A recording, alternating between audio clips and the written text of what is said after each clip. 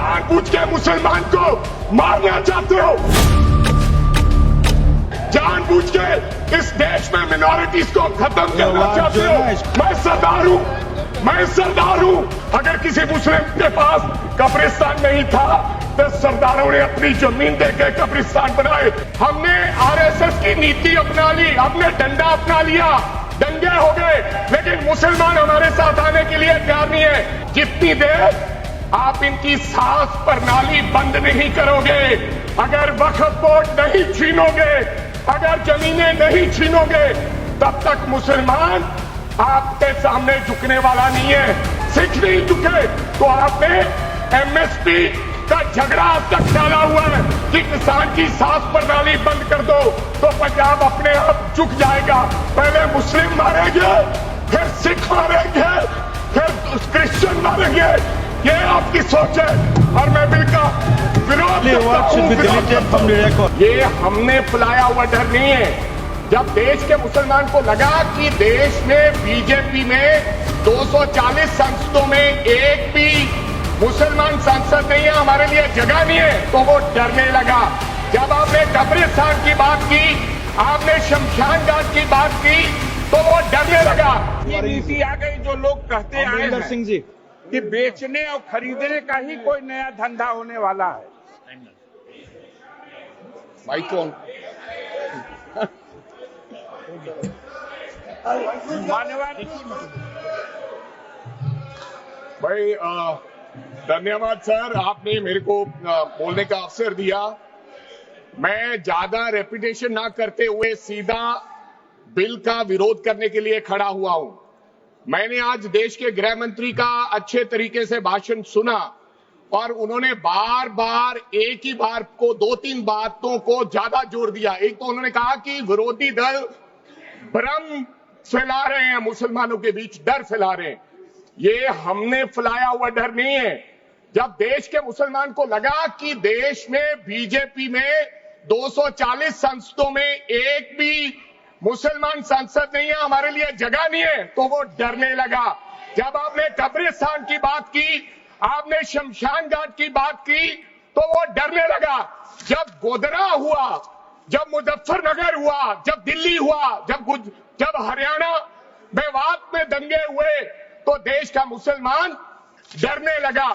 और फिर क्या कहा गृह मंत्री साहब ने? आज गृह मंत्री साहब ने कहा कि 2013 का बिल अगर नहीं आता, यूपीए नहीं लेकर आती, तो आज इस बिल की जरूरत नहीं थी। क्यों बिल लाए?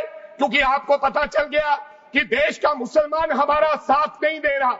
हमने हथकंडे अपना लिए, हमने आरएसएस की नीति अपना ली, हमने डंडा अपना लिया, दंगे हो गए, लेकिन मुसलमान हमारे साथ आने के लिए तैयार नहीं है। फिर आपको पता चला, आपने एक और आंकड़ा दिया, आपने कहा 1913 से 2013 तक केवल 18 लाख मुसलमानों का जमीन था और 2013 से अब तक 21 लाख और हो गया, यानी कि 39 लाख टोटल जमीन हो गया।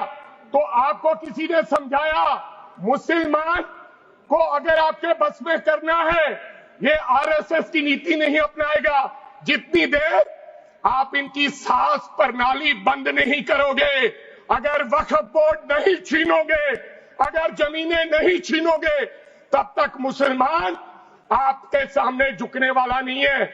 जैसा आपने पंजाब में करने की कोशिश की, किसान झुका नहीं, पंजाब के लोग नहीं झुके, सिख नहीं झुके, तो आपने एमएसपी का झगड़ा अब तक डाला हुआ है कि किसान की सांस प्रणाली बंद कर दो तो पंजाब अपने आप झुक जाएगा।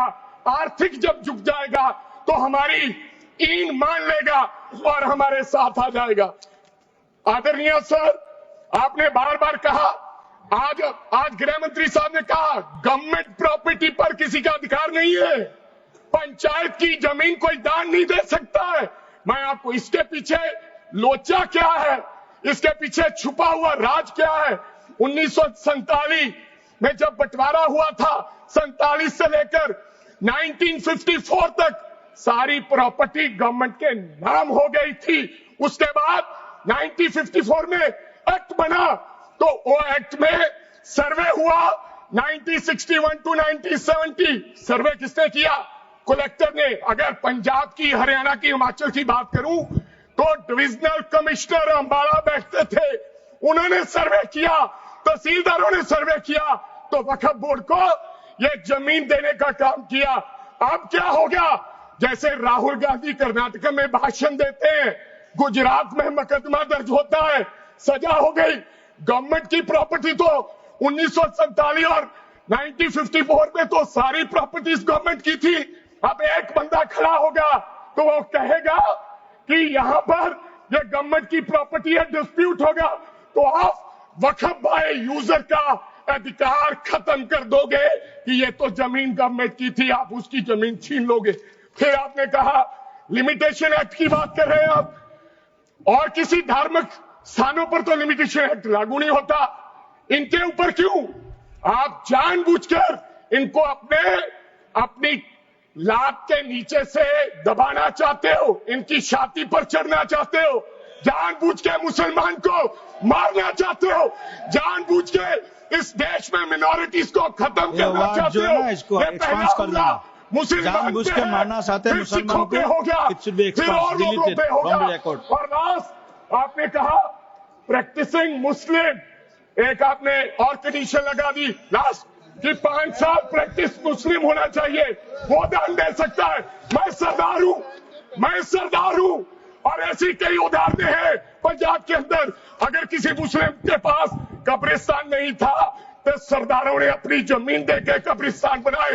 यह कौन सा अधिकार है कि मैं किसी को चीज दान देना चाहता हूं? और इसको कौन बताएगा? रिजू साहब ये बताएंगे कि ये प्रैक्टिसिंग मुस्लिम है या नहीं है? यह सरासर अन्याय है। कल को श्रोमणी गुरुद्वारा प्रबंधक कमेटी 1925 का सिखों का जो एक्ट है, आप उसमें भी संशोधन करेंगे। आपको लगता है पहले मुस्लिम मारेंगे, फिर सिख मारेंगे, फिर क्रिश्चियन मारेंगे? ये आपकी सोच है और मैं बिल का विरोध करता हूं। This all words should be deleted from the record. Honorable Member Smita Uday Wagzi. जानबूझ के मुसलमान को मारना चाहते हो, जानबूझ के इस देश में मिनॉरिटीज को खत्म करना चाहते हो। मैं सरदार हूं। अगर किसी मुस्लिम के पास कब्रिस्तान नहीं था तो सरदारों ने अपनी जमीन देके कब्रिस्तान बनाए। हमने आरएसएस की नीति अपना ली, हमने डंडा अपना लिया, दंगे हो गए, लेकिन मुसलमान हमारे साथ आने के लिए तैयार नहीं है। जितनी देर आप इनकी सांस प्रणाली बंद नहीं करोगे, अगर वक्फ बोर्ड नहीं छीनोगे, अगर जमीनें नहीं छीनोगे, तब तक मुसलमान आपके सामने झुकने वाला नहीं है। सिख नहीं झुके तो आपने एमएसपी का झगड़ा अब तक डाला हुआ है कि किसान की सांस प्रणाली बंद कर दो, तो पंजाब अपने आप झुक जाएगा। पहले मुस्लिम मारेंगे, फिर सिख मारेंगे, फिर क्रिश्चियन मारेंगे। ये आपकी सोच है और मैं बिल का विरोध करता हूं। ये हमने फैलाया हुआ डर नहीं है। जब देश के मुसलमान को लगा कि देश में बीजेपी में 240 सांसदों में एक भी मुसलमान सांसद नहीं है, हमारे लिए जगह नहीं है, तो वो डरने लगा। जब आपने कब्रिस्तान की बात की, आपने शमशान घाट की बात की, तो वो डरने लगा।